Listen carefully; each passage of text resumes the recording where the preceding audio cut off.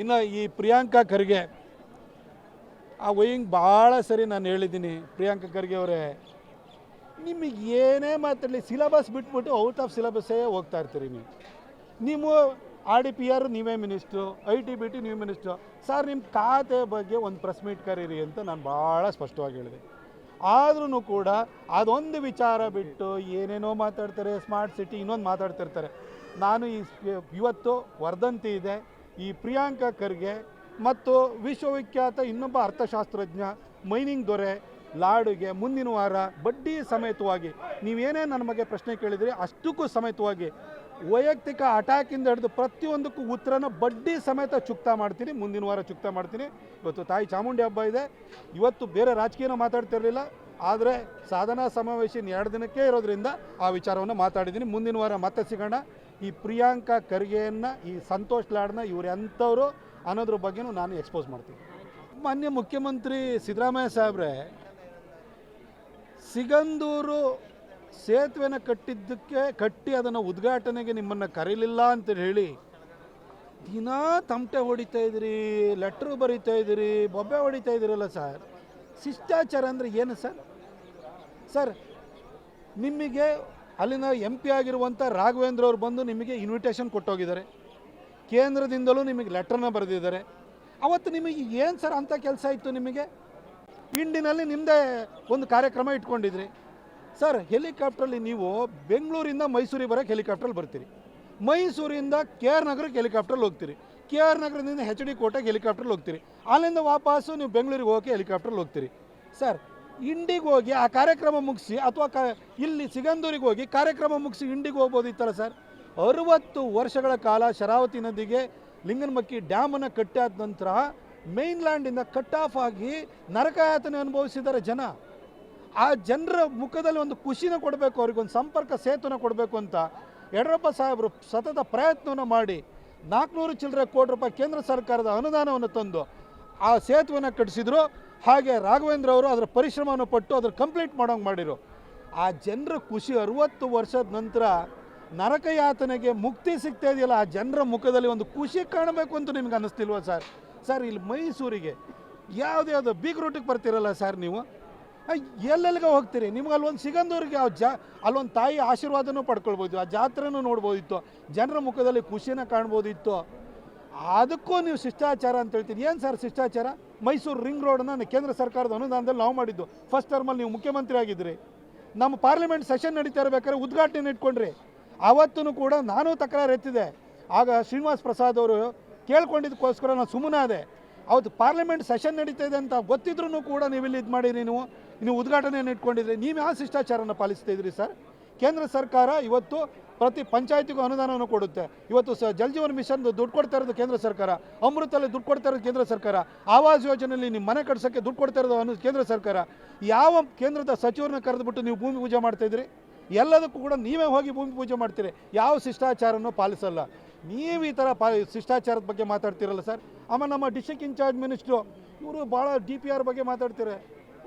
ಮದಪ್ಪನವರೇ, ಶಿಷ್ಟಾಚಾರದ ಬಗ್ಗೆ ಕನಿಷ್ಠ ನಿಮಗೆ ಅದ್ರ ಬಗ್ಗೆ ಮಾತಾಡೋ ಕನಿಷ್ಠ ಸೌಜನ್ಯತೆಯನ್ನು ಇಟ್ಕೊಳ್ಬೇಕಾದ್ರೆ ನಿಮ್ಮ ಹಿನ್ನೆಲೆಯನ್ನು ಸ್ವಲ್ಪ ನೋಡಬೇಕಾಗುತ್ತೆ.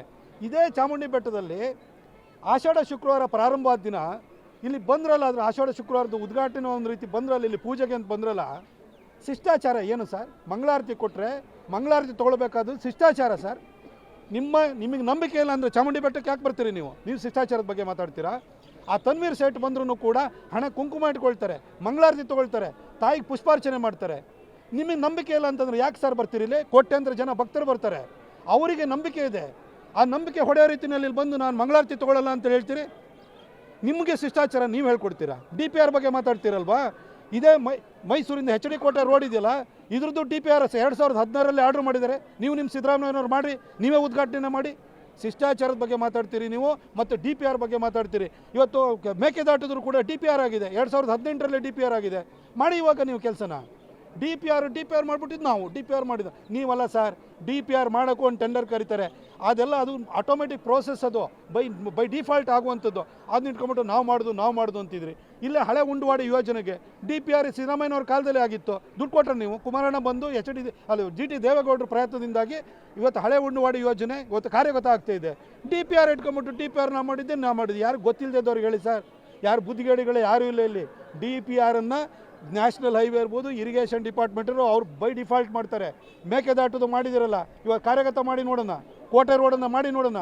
ಅದು ಯಾವುದು ಮಾಡಲ್ಲ. ಡಿ ಪಿ ಆರ್ ಅಂತೆ ಡಿ ಪಿ ಆರ್ ನಾವು ಮಾಡಿದ್ದು ನಿಮ್ಮ ಕೈಗೆ ಸಿಗಲ್ಲ. ಸಿದ್ದರಾಮಯ್ಯನವರು ಮೈಸೂರಿಗೆ ಯಾವಾಗ ಬರ್ತಾರೆ ಅವ್ರ ಜೊತೆ ಬರ್ತೀರಿ, ಅವ್ರು ಬಂದ ಕೂಡಲೇ ಅವರಿಂದನೇ ಹೋಗ್ತೀರಿ. ಇವತ್ತವರೆಗೂ ಕೆ ಡಿ ಪಿ ಮೀಟಿಂಗ್ ಮಾಡಿದ್ದೀರಿ ಸರ್, 2.25 ವರ್ಷದಲ್ಲಿ ಕೆ ಡಿ ಪಿ ಮೀಟಿಂಗ್ ಎಷ್ಟು ಮಾಡಿದಿರಿ ನೀವು? ಎಷ್ಟು ನೀವು ಒಂದು ಸ್ಪಾಟ್ ವಿಸಿಟನ್ನು ಮಾಡಿದಿರಿ? ಏನು ಕೆಲಸಗಳು ಮಾಡಿದಿರಿ ಹೇಳಿ ಮೈಸೂರಿಗೆ? ಮೈಸೂರು ರೋಡ್ಗಳೆಲ್ಲ ಕಿತ್ತೋಗಿದ್ದಾವೆ, ಒಂದು ರೋಡಿಗೆ ಒಂದು ಹಿಡಿ ಟಾರ್ ಹಾಕಿದ್ದೀರ ನೀವು.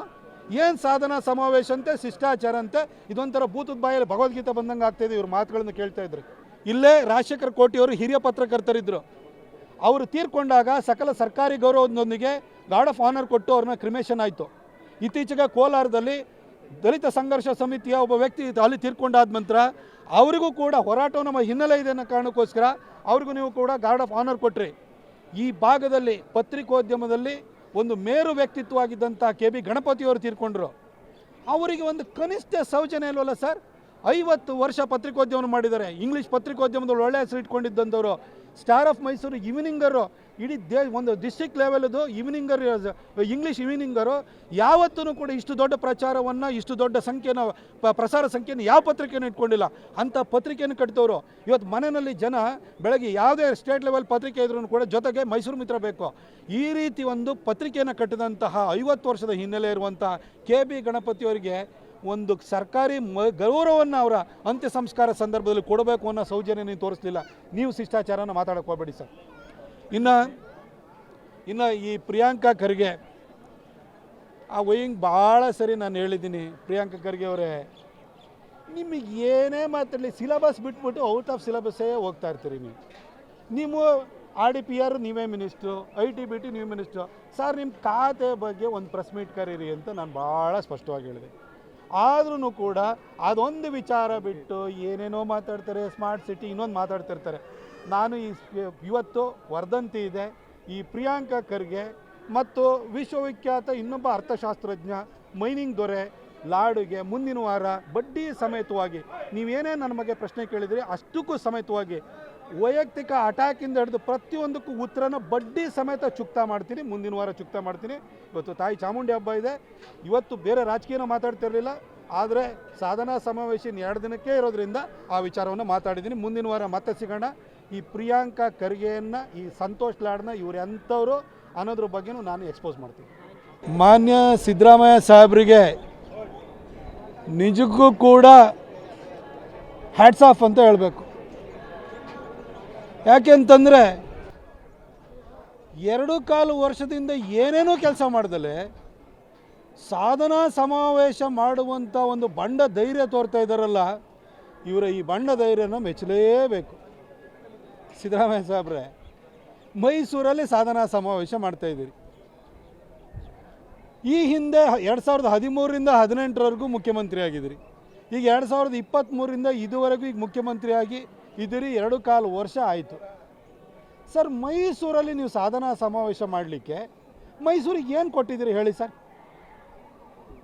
ಮೊದಲನೇ ಟರ್ಮಲ್ಲಿ ನೀವು DC ಆಫೀಸ್ ಒಂದು 34 ಕೋಟಿ DC ಆಫೀಸ್ ಕಟ್ಟಿಸಿದ್ರೆ ಅದಕ್ಕೂ 15 ಎಕರೆ ಜಾಗ ಕೊಡಿಸಿದ್ದು ನಾನೇ.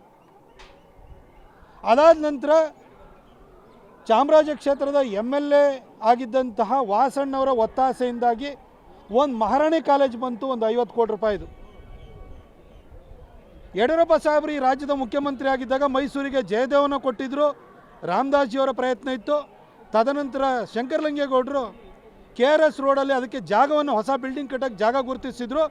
ನೀವು ಮುಖ್ಯಮಂತ್ರಿ ಆದಮೇಲೆ ಅದಕ್ಕೊಂದು 180 ಕೋಟಿ ಕೊಟ್ಟು ಉಳಿದ ದುಡ್ಡನ್ನು ಟ್ರಸ್ಟ್ ಅವರೇ ಹಾಕಿ ಒಂದು ಬಿಲ್ಡಿಂಗ್ ಕಟ್ಟಿಸಿರು. ಇದ್ರ ಹೊರತಾಗಿ ನಿಮ್ಮ ಏನು ಸಾಧನೆ ಇದೆ ಹೇಳಿ ಸರ್? ಅದರಲ್ಲೂ ವಿಶೇಷವಾಗಿ ಈ ಟರ್ಮಲ್ಲಿ, ಈ ಲಾಸ್ಟ್ 2.25 ವರ್ಷದಲ್ಲಿ ಏನು ಕೆಲಸ ಮಾಡಿದಿರಿ ಹೇಳಿ ಸರ್?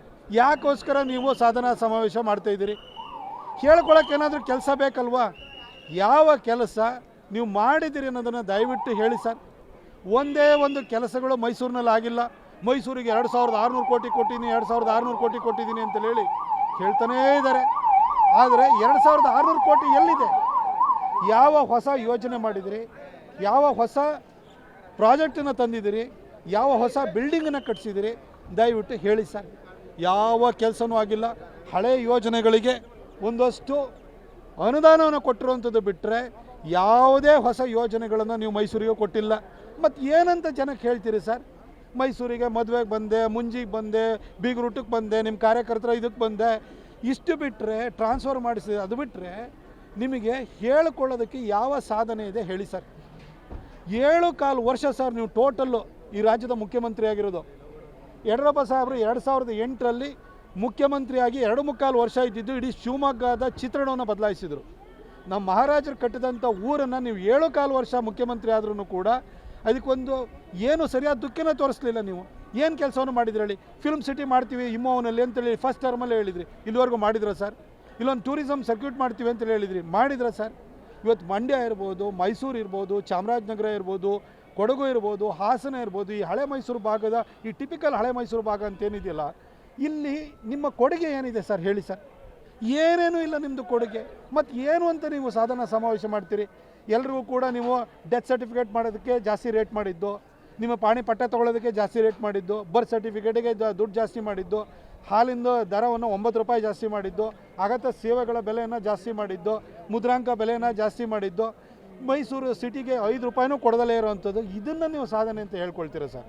ಸರ್, ಇಲ್ಲಿರುವಂಥ ಒಂದು ಕೆಲಸ, ಇವತ್ತು ಚಾಮುಂಡಿ ಬೆಟ್ಟದ ಅಭಿವೃದ್ಧಿಯಿಂದ ಹಿಡಿದು ಬೆಂಗಳೂರು ಮೈಸೂರು ಹೈವೇ ಇರ್ಬೋದು, ರಿಂಗ್ ರೋಡ್ ಇರ್ಬೋದು, software technology park of India ಇರ್ಬೋದು, ರೈಲ್ವೆ ಡಿಪಾರ್ಟ್ಮೆಂಟಲ್ಲಿ ಆಗಿರುವಂಥ ಬೆಳವಣಿಗೆ ಇರ್ಬೋದು, ಮೈಸೂರು ಜಿಲ್ಲೆಯ 11 ವಿಧಾನಸಭಾ ಕ್ಷೇತ್ರಗಳಿಗೂ ಅಮೃತ್ ಮತ್ತು ಜಲಜೀವನ್ ಮಿಷನಲ್ಲಿ ಸಾವಿರಾರು ಕೋಟಿ ರೂಪಾಯಿ ದುಡ್ಡನ್ನು ಕೊಟ್ಟು ಇವತ್ತು ಕುಡಿಯೋ ನೀರನ್ನ ಕೊಡ್ತಾ ಇರೋದು ಎಲ್ಲದೂ ಕೂಡ ಮೋದಿಯವರು ಕೊಡ್ತಾ ಇದ್ದಾರೆ.